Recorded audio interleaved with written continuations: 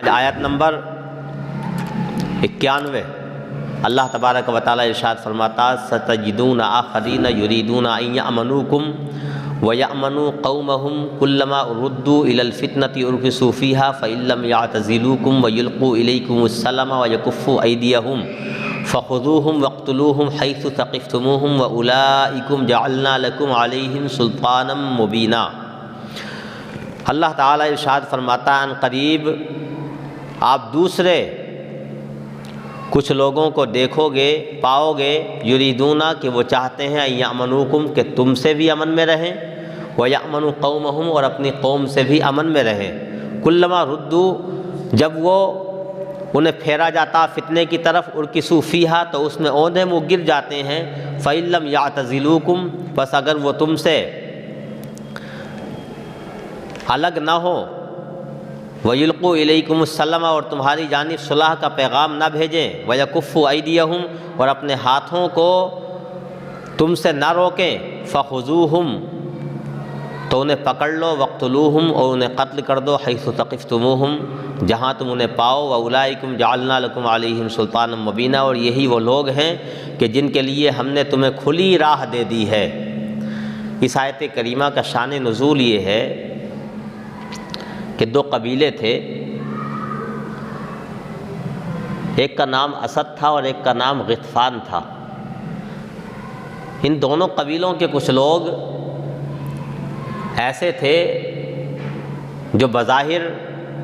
مسلمانوں کے پاس آ کر کے کہتے تھے کہ ہم مسلمان ہیں، یعنی مسلمانوں کے ساتھ مل جاتے تھے، اور جب اپنی قوم میں جاتے تھے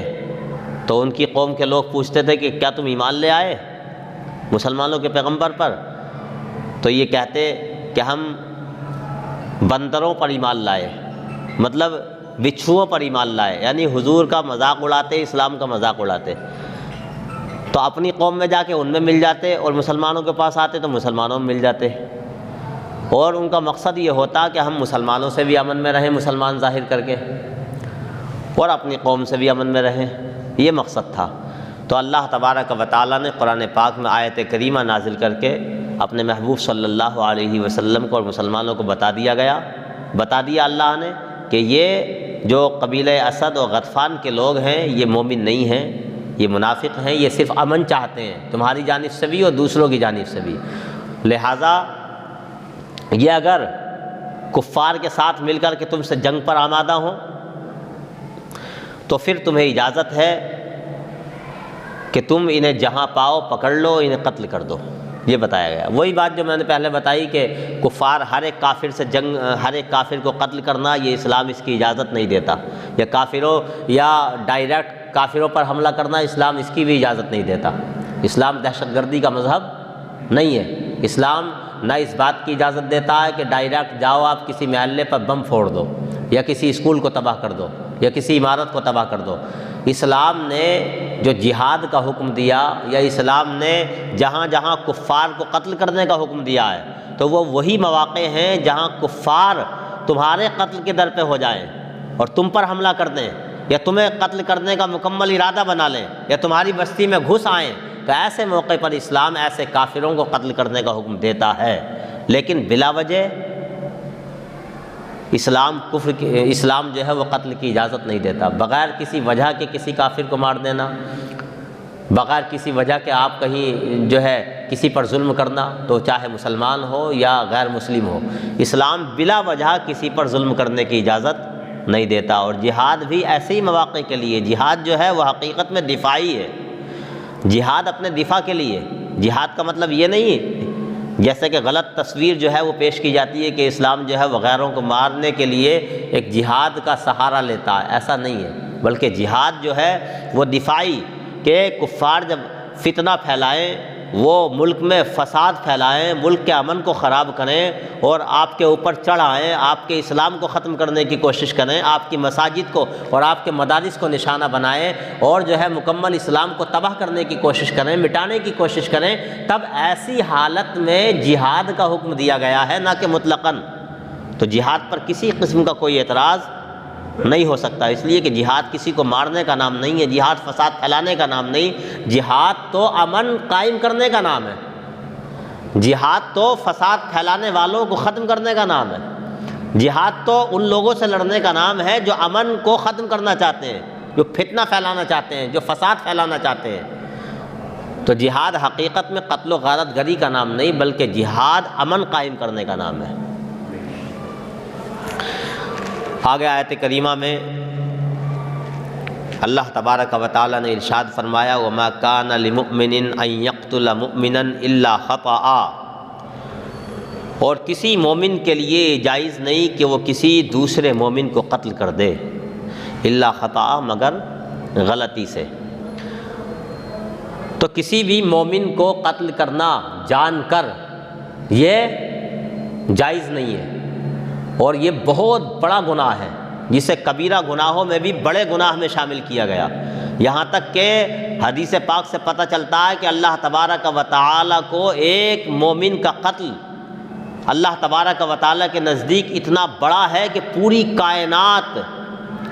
فنا ہو جائے، اس سے بھی بڑا جو ہے اللہ کے نزدیک یہ گناہ ہے کسی ایک مومن کو بلا وجہ قتل کر دیا جائے، ناحق قتل کر دیا جائے۔ تو یہاں ہے کہ کسی مومن کے لیے جائز نہیں کہ وہ کسی دوسرے مسلمان کو قتل کرے مگر خطأً، مگر غلطی سے۔ غلطی سے اگر قتل کیا ہے تو وہ جو جہنم کی سزا کا ذکر ہے وہ نہیں ہے، پھر اس کے لیے دوسرے احکام ہیں۔ غلطی سے قتل کرنے کا کیا مطلب ہے؟ غلطی سے قتل کرنے کا ایک مطلب یہ ہے کہ آپ نے نشانہ لگایا کسی شکار پر، لیکن سامنے سے کوئی گزر کے جا رہا تھا، اس کے لگ گئی گولی، تو یہ خطأً قتل ہے، غلطی سے قتل ہے۔ یا سوچ و بچار کے اعتبار سے کہ آپ جو ہے کسی جنگل میں آپ دیکھ رہے ہیں پتے وغیرہ ہلنے کی وجہ سے یا درخت وغیرہ ہلنے کی وجہ سے آپ کو ایسا لگ رہا ہے کہ سامنے اس کی آڑ میں شکار ہے، یہ دھوکا ہوا، یعنی یقین یہی ہے کہ شکار ہے، لیکن جب گولی ماری اور لگی وہ جا کر کے تو پتہ چلا کہ وہ انسان تھا،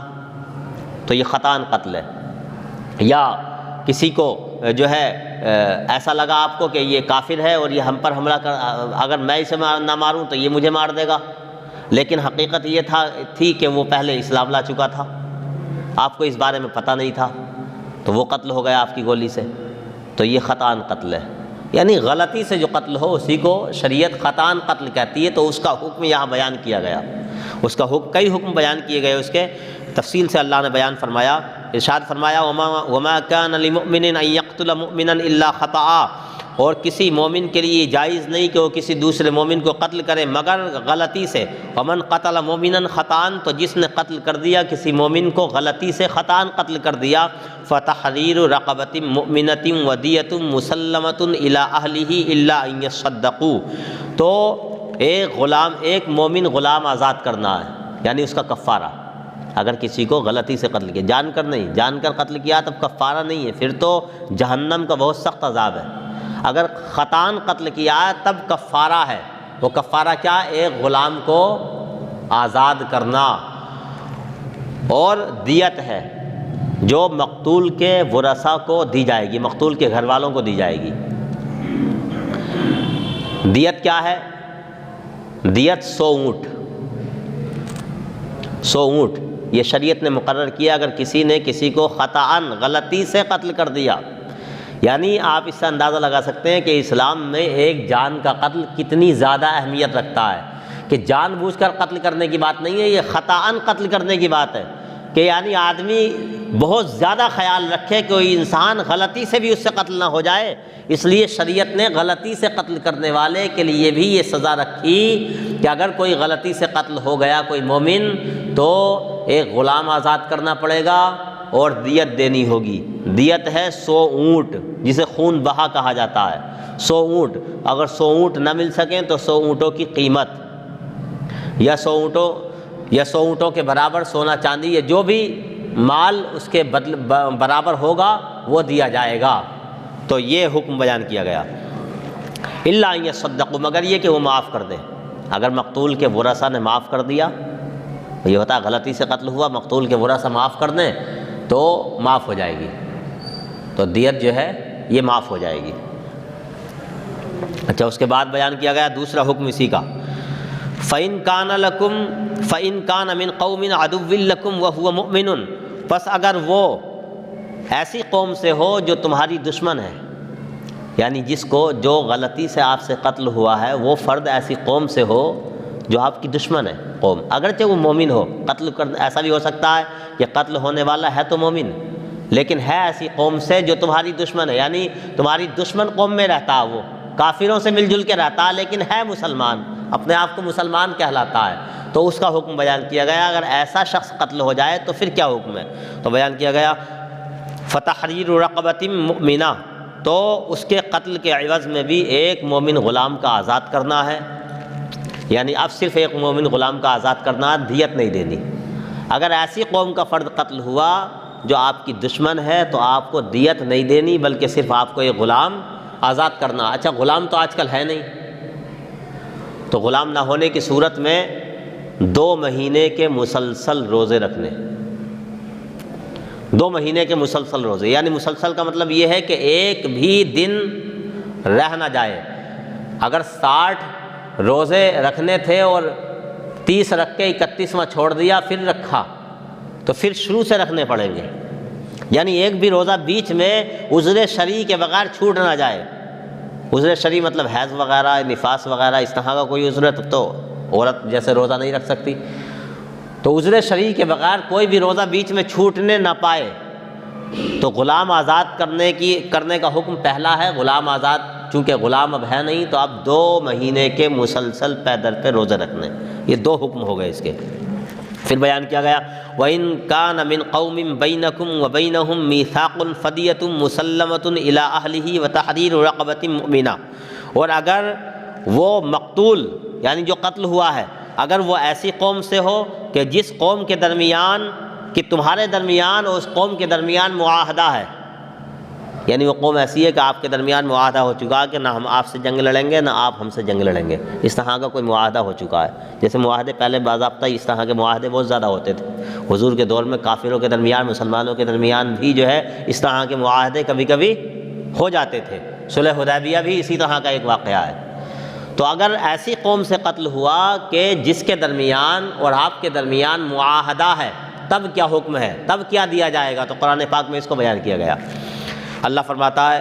وَإِن كَانَ مِن قَوْمٍ بَيْنَكُمْ وَبَيْنَهُمْ مِيثَاقٌ فَدِيَةٌ مُسَلَّمَةٌ إِلَىٰ أَهْلِهِ وَتَحْرِيرُ رَقَبَةٍ مُؤْمِنَةٍ، اور اگر ایسی قوم سے ہے مقتول کہ تمہارے درمیان اور ان کے درمیان کوئی معاہدہ ہے، فَدِيَةٌ مُسَلَّمَةٌ إِلَىٰ أَهْلِهِ، تو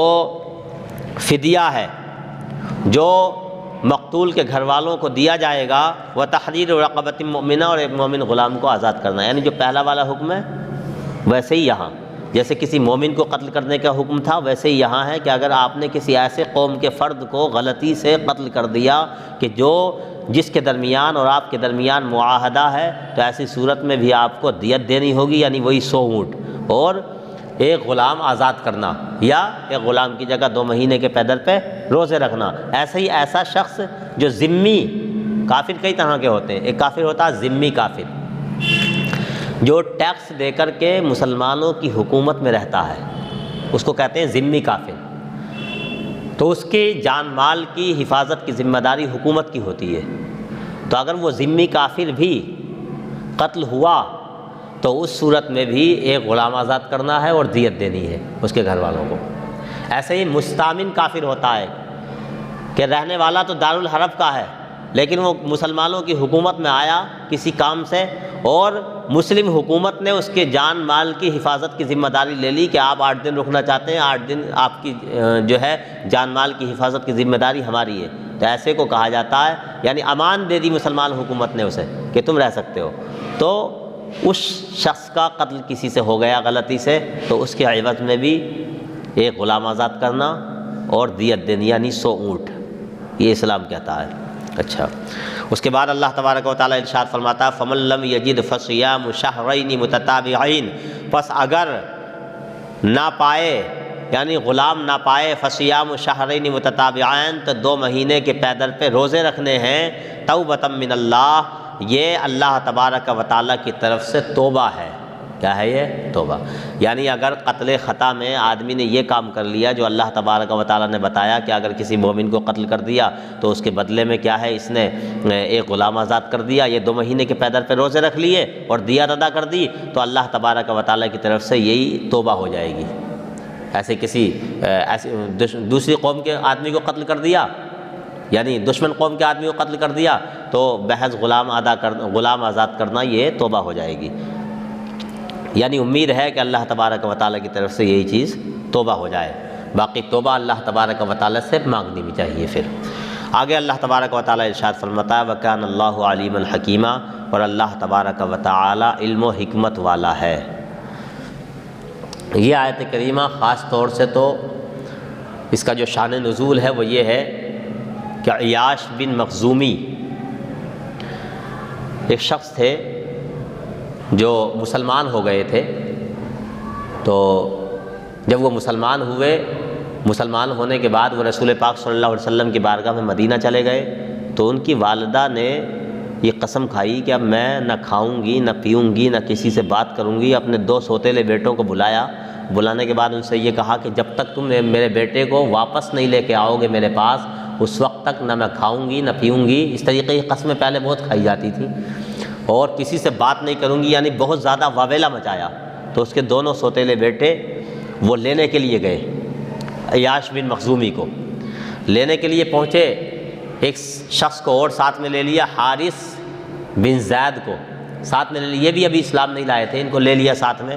اور جا کے یہ ملے حضرت عیاش سے۔ تو حضرت عیاش سے انہوں نے کہا کہ ایسا ہے تم مسلمان ہو گئے ہو، کوئی بات نہیں ہے، بس تم ہمارے ساتھ چلو، تمہاری والدہ نے ایسے ایسے قسم کھا لی ہے، بس تھوڑی دیر کے لیے تم ہمارے ساتھ چلو، مکہ چلو،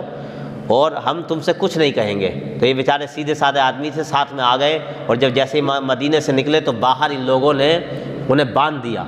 درخت سے باندھ کر کے 100 کوڑے مارے، اور اس کے بعد باندھ کر کے انہیں لے آئے، اور لانے کے بعد میں انہیں ان کی والدہ کے سامنے باندھ کے ڈال دیا، اور بہت برا بھلا کہا، یہاں تک کہ ان کی والدہ نے کہا کہ میں تم سے بات نہیں کروں گی اور تمہیں کھولوں گی نہیں جب تک تم اسلام سے پھر نہیں جاتے، اور انہوں نے اسلام سے پھرنے سے منع کر دیا، یہاں تک کہ پھر انہیں دھوپ میں ڈال دیا گیا، تیز دھوپ تھی، باندھ کر کے دھوپ میں ڈال دیا گیا، بہت ٹائم تک وہ دھوپ میں پڑے رہے، یہاں تک کہ اتنی تکلیف ہوئی کہ تکلیف برداشت نہ ہوئی اور وہ اسلام سے پھر گئے۔ اور جب اسلام سے پھرے تو جو ایک شخص تھے جن کو ساتھ میں تیسرے شخص جو گئے تھے حارث بن زید، انہیں یہ برا لگا کہ یہ بندہ پہلے مسلمان ہو گیا پھر گیا، تو انہوں نے ملامت کی بہت زیادہ، اگرچہ خود بھی مسلمان نہیں تھے لیکن ملامت کی کہ یہ تم نے کیا کیا، اگر مسلمان ہو گئے تھے تو مسلمان رہتے، یا پھر مسلمان ہوتے ہی نہیں پہلے سے۔ اس طرح کی باتیں، اور دونوں میں جو ہے وہ طول کلامی ہو گئی کافی۔ تو انہوں نے عیاش نے جو مذہب سے پھر گئے تھے، انہوں نے کہا کہ میں تجھے قتل کر دوں گا، مجھے موقع ملے گا تو میں تجھے قتل کر دوں گا، یعنی بات دونوں میں اتنی بڑھ گئی، بحث و مباحثہ، کہا کہ میں تجھے قتل کر دوں گا۔ اس کے بعد بات ختم ہو گئی یہیں۔ اس کے بعد یہ جو تھے حارث بن زید، یہ بھی کسی طریقے سے جا کر کے حضور اکرم صلی اللہ علیہ وسلم کے پاس پہنچے اور یہ بھی مسلمان ہو گئے، اور عیاش جو ہیں یہ دوبارہ پھر مسلمان ہو گئے،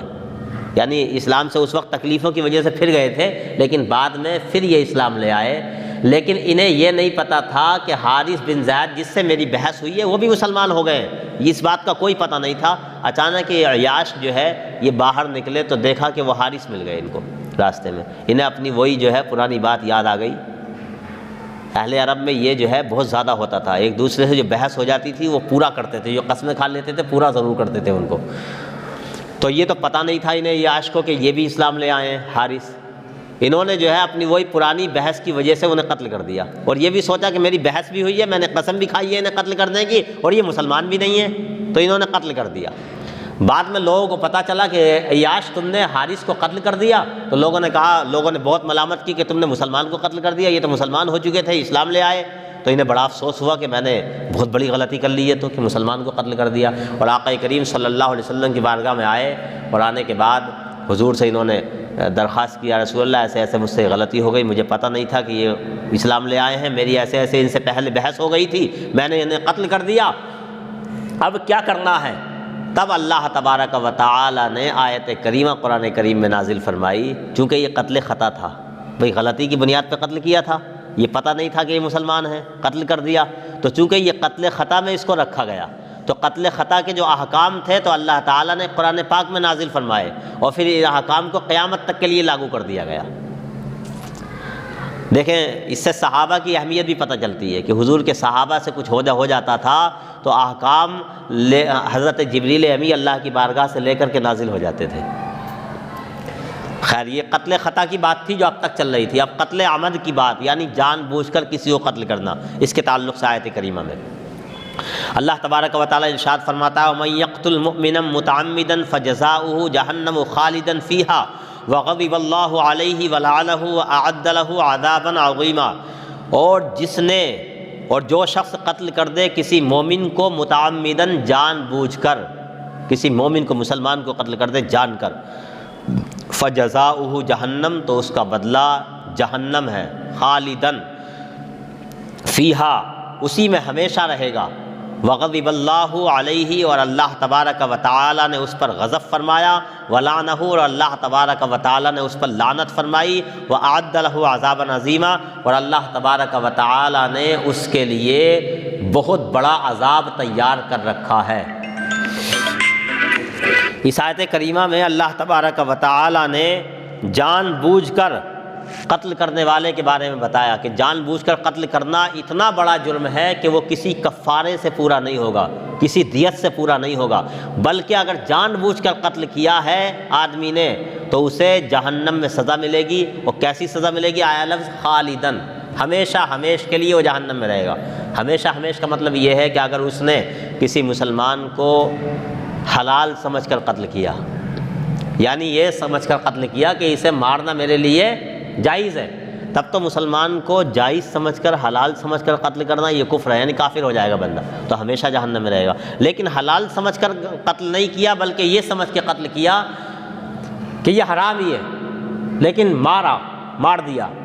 تب اس کے لیے یہ ہے کہ وہ ایک لمبے زمانے تک جہنم میں رہے گا، اور جب سزا پوری ہو جائے گی تو اللہ تبارک و تعالیٰ چونکہ ایمان اس کے پاس ہے تو ایمان کی وجہ سے اسے جنت بھی عطا فرمائے گا۔ اور کتنا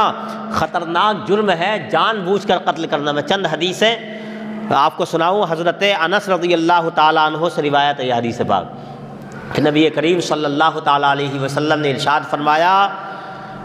کہ بڑے کبیرہ گناہوں میں سے ایک گناہ یہ ہے کہ کسی کو ناحق قتل کر دینا، کسی جان کو ناحق جان بوجھ کر کے قتل کر دینا۔ ایک حدیث پاک میں حضرت ابو بکرہ رضی اللہ تعالیٰ عنہ سے روایت ہے نبی کریم صلی اللہ علیہ وسلم نے ارشاد فرمایا اگر زمین و آسمان والے کسی مسلمان کے قتل پر جمع ہو جائیں تو اللہ تبارک و تعالی سب کو اوندا منہ جہنم میں ڈال دے گا۔ یعنی اتنا بڑا گناہ ہے کسی کو جان کر کے قتل کر دینا کہ زمین و آسمان والے سب جمع ہو جائیں کسی ایک آدمی کو جان کر کے قتل کرنے پر، تو آقا کریم صلی اللہ علیہ وسلم نے ارشاد فرماتے ہیں کہ اللہ تعالیٰ زمین و آسمان والے سب کو اوندا منہ جہنم میں ڈال دے گا۔ اور آگے ایک حدیث پاک میں جو حضرت ابو بکرہ رضی اللہ تعالیٰ عنہ سے مروی ہے، رسول کریم صلی اللہ علیہ وسلم نے ارشاد فرمایا جب دو مسلمان آپس میں تلوار لے کر کے لڑیں، دو مسلمان ایک دوسرے کو قتل کرنے کے لیے، تو اللہ کے رسول صلی اللہ علیہ وسلم ارشاد فرماتے ہیں کہ قاتل بھی جہنم میں ہے اور مقتول بھی جہنم میں ہے۔ تو راوی کہتے ہیں سوال کیا ہے رسول اللہ، یہ تو سمجھ میں بات آتی ہے کہ قاتل جہنم میں ہے لیکن مقتول بھی جہنمی ہے، اس کی کیا وجہ ہے؟ تو آقا کریم صلی اللہ علیہ وسلم نے ارشاد فرمایا وجہ یہ ہے کہ وہ بھی سامنے والے کو قتل کرنے پر مصر تھا۔ یعنی دو لوگ آپس میں قتل ایک دوسرے سے لڑ رہے ہیں اور دونوں کا ارادہ یہ ہے کہ میں اسے مار دوں، سامنے والا چاہتا ہے کہ میں اسے مار دوں۔ ایک مر گیا، ظاہر سی بات ہے مرے گا تو ایک مر گیا، تو نبی فرماتے ہیں کہ قتل کرنے والا بھی جہنم میں اور جو قتل ہوا ہے وہ بھی جہنم میں۔ جو قتل ہوا ہے وہ اس لیے جہنم میں کہ وہ بھی قتل کرنا چاہتا تھا، یہ الگ بات ہے کہ اسے موقع نہیں مل پایا۔ ایک حدیث پاک میں حضرت ابو ہریرہ رضی اللہ تعالیٰ عنہ سے مروی ہے کہ حضور اکرم صلی اللہ علیہ وسلم نے ارشاد فرمایا جس نے کسی مومن کے قتل پر ایک حرف کے برابر بھی مدد کی، ایک حرف کے برابر مدد کرنے کا مطلب یہ ہے کہ بہت ادنا سی بھی مدد کی، اگر کسی مومن کے قتل پر ہوتا نا بھئی کوئی بھی قتل ہوتا تو بہت سے مدد کرنے والے بھی ہوتے ہیں اس کے قتل پر، تو اگر ایک حرف کے برابر بھی مدد کی تو وہ قیامت کے دن اللہ تعالیٰ کی بارگاہ میں اس حال میں آئے گا کہ اس کی دونوں آنکھوں کے درمیان لکھا ہوگا یہ اللہ تبارک و تعالیٰ کی رحمت سے مایوس ہے۔ اس کی پیشانی پر لکھا ہوگا، دونوں آنکھوں کے درمیان لکھا ہوگا کہ اللہ تبارک و تعالیٰ کی رحمت سے مایوس ہے۔ تو آج کل قتل کو بالکل ہلکا سمجھ لیا گیا ہے، تھوڑی تھوڑی باتوں پر جو ہے آدمی ایک دوسرے کو قتل کر دیتا ہے۔ ذرا سے جھگڑے میں آدمی جو ہے یہ کسی سے جھگڑا ہو جائے، کسی کی توہین ہو جائے اور باضابطہ ایک گینگ بن گئے قتل کرنے کے۔ اب تو قانون کی سختی کی وجہ سے کچھ کم ہو گیا، ورنہ معاملہ یہ تھا کہ بہت سے لوگوں کا تو کام ہی یہ تھا کہ انہیں اتنے پیسے دیے جائیں اور کسی کو قتل کرا لیا جائے، یعنی اتنا ہلکا اس کو بنا دیا گیا، جبکہ قتل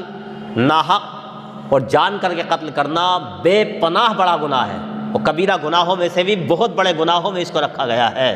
کہ بتاؤ مطلب قیامت کے دن جو قتل کرنے والا اس کی بات تو بہت دور ہے، جس نے ایک حرف کے برابر مدد کی ہے صرف، یعنی کہ ہتھیار لا کر کے دے دیا، یا صرف یہ بتا دیا کہ جس کو تم قتل کرنا چاہتے ہو فلاں جگہ چھپا ہوا ہے، یا کسی اور طریقے سے کوئی مدد کر دی، تب اس کا یہ عذاب ہے کہ قیامت کے دن پوری کائنات کے سامنے پوری کائنات دیکھے گی کہ اس کی دونوں آنکھوں کے درمیان لکھا ہوگا یہ اللہ تبارک و تعالیٰ کی رحمت سے مایوس ہے۔ تو ہمیں جو ہے ایک دوسرے کے قتل سے، ایک دوسرے کو تکلیف پہنچانے سے پرہیز کرنا چاہیے، اور قتل سے تو ہمیشہ دعا کرتے رہنا چاہیے، یا اللہ ہمیں خون ناحق سے بچا۔ اللہ تعالی ہم سب کو عمل کی توفیق عطا فرمائے اور آپس میں محبتیں قائم فرمائے۔